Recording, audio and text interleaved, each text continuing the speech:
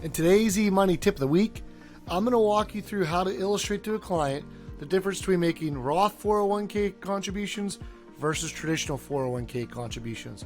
We get this question all the time from clients, from potential clients, but we get it the most from advisors that just don't know how to illustrate this for their clients inside of eMoney. So we're going to walk through this today. There is a little bit of a caveat here. It could be a lot easier if eMoney just made it so that we could make this change in advanced techniques. So we have to do a backdoor around this. If you get lost, go back to my previous eMoney tip of the week number 48, where I talk about how to create a Roth 401k. Or if you're looking for Roth conversion, that's another common one we get, go back to my eMoney tip of the week number 40, where I show you how to illustrate Roth conversions. That's not what we're here to do. We're here to show client has a 401k. So here's the scenario. Typically a client has this 401k. They just found out they have the Roth ability inside of there, or they just added it to their plan, or they just never knew what the difference was and are looking for advice. So we want to take their existing 401k, we want to start modeling what would happen if we did 401k contributions in the Roth side. What you don't want to do, and what commonly happens here, is you're going to come under facts, and this goes back to what I did last week. Let's just say this is Jim's. What people are going to do is they're going to change this to Roth. Or they're going to come here under advance once they change it to Roths, and they're going to go change the contributions. The problem when you do that is you're assuming the client is making those changes. How do we compare? The beauty of eMoney is Decision Center because it helps clients make informed decisions. So we really want to be able to illustrate this in Decision Center. What's the impact of the decision you're making? So the first thing we're going to do is we're going to click Added Scenario. Now, if you've watched my other eMoney tip of the weeks, I'm typically going to put this all under the same scenario, and I'm going to call it alternatives. But for right now, I'm going to put Roth 401k's name as scenario just to keep it nice and clean for this illustration. So the first thing we're going to do is we're going to create a 401k that's Roth. So we're going to go to the green, Add New, and we're going to click Investment, and we're going to click Qualified Investment, and we're going to add that fact inside of here. The first thing I want to do is I'm going to put the number 1, and I'm going to talk about why I do this briefly, but you can go see some other eMoney tip of the weeks. When I'm going to put multiple ones inside of here, what I really want to show is that all the same numbers, so I can remember to turn them all on. So if it's going to be a 3-step process, they're all going to have 1, which is what this is going to be. Let's say another 3-step process, they're all going to have 2 in front of them, so I know what to turn on. So we're going to just call this Roth 401k. Next thing we're going to do is we're going to make this a Roth 401k. And this is a step that a lot of times confuses people, or they forget about. You got to go set the growth rates in here, because we're not showing any investments underlining inside of here. So if we're not showing any investments underlying inside of here, we have to make sure that we have a growth rate in here. So I'm going to put aggressive growth, and I'm going to put in retirement that it goes to balance so that it matches what this client. I want to show an apples to apples comparison. The owner is going to be Jim Helpert. Primary beneficiary is going to be Pam. You could go in here to beneficiaries and put their children in here. For this sake of this purpose, I'm just going to keep this the same right now. But there's one other thing we need to do inside of here is we need to change the contributions. Another step that people miss. So we are going to start making the contributions in this new one. So we're going to do percentage of the salary 10%, or should be 5%, because this matches what this particular client is doing. And employer contributions, we're going to do percent of salary, not a match, just because it's easier for this illustration. This is comparing it apples to what this client currently has. So if you don't know, when you're putting this in, go back and check that. So you're comparing that as apples to apples. You'll have another scenario where you want to show them increasing. All we're trying to show right now is the difference between Roth versus traditional for this client. So we want to make sure these are the exact same. Now, some people will leave this part right here, the employer contributions, in the older 401k. That will work, but it just muddies the water. And I like it be nice and clean, because we know that part's not going to be Roth because it's matched by an employer. So it's not going to matter if you move it over, but just to make things nice and easy, we're going to do that in this scenario. So the next thing we're going to do is we have our 401k created. The next thing we're going to do is we're going to add a transfer in here. So add transfer.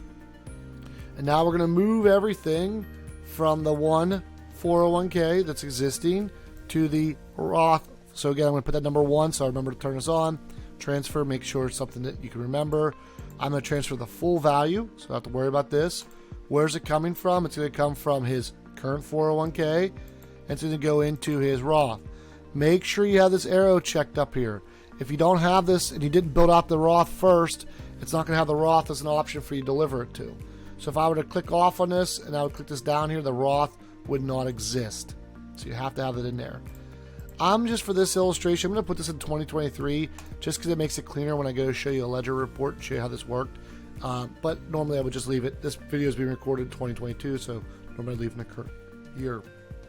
Also be careful when you come back in, you're showing a client something you maybe showed them 2 years ago. It might not work because you might have a previous year inside of here.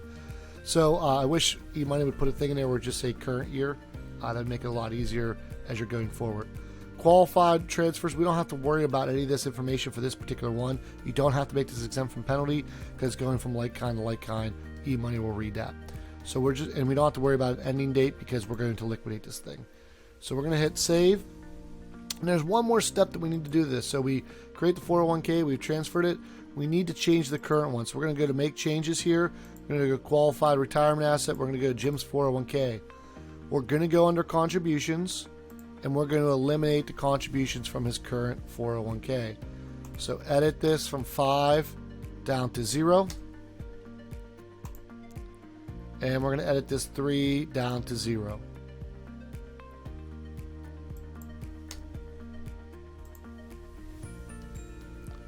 Perfect. So now we have that inside of there. Now we are prepared, or excuse me, before we do that, I want to actually rename this as well. That one you can't rename inside the scenario. You have to come and do the rename. You can also do this inside Decision Center.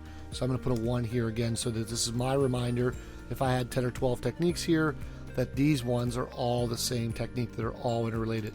So when we come inside Decision Center, and what I like to always set it up for the client is that we're going to start in Monte Carlo. And we're going to start here in Monte Carlo summary because, again, Decision Center to me and the power of eMoney is helping clients make informed decisions.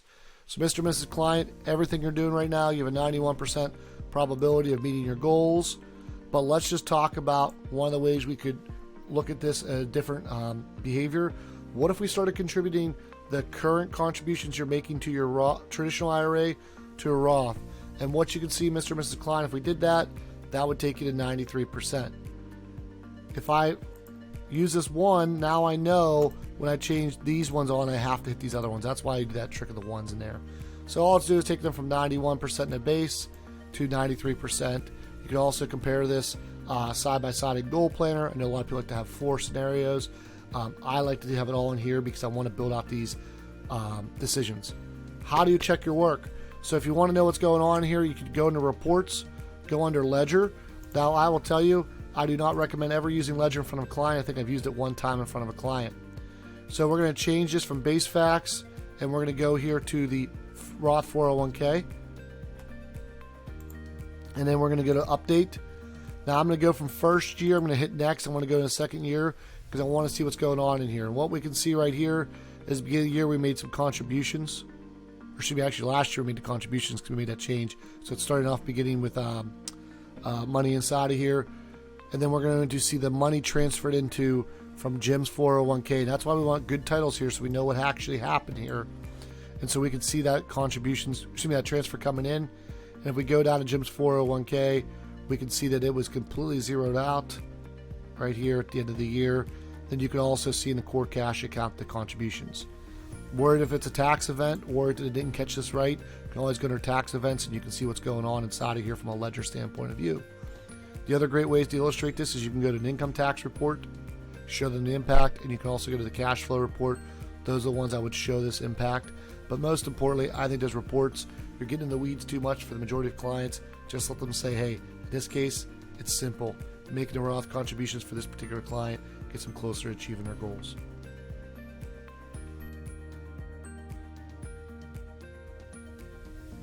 We hope this tip helped educate and empower you to do more plans for your clients so that you can impact more lives through financial planning. If you have some great tips we don't know about, we'd love to hear about them. If you have a better way of doing what we just showed you, we'd love to hear about that because we are a noble profession and together we can elevate the profession.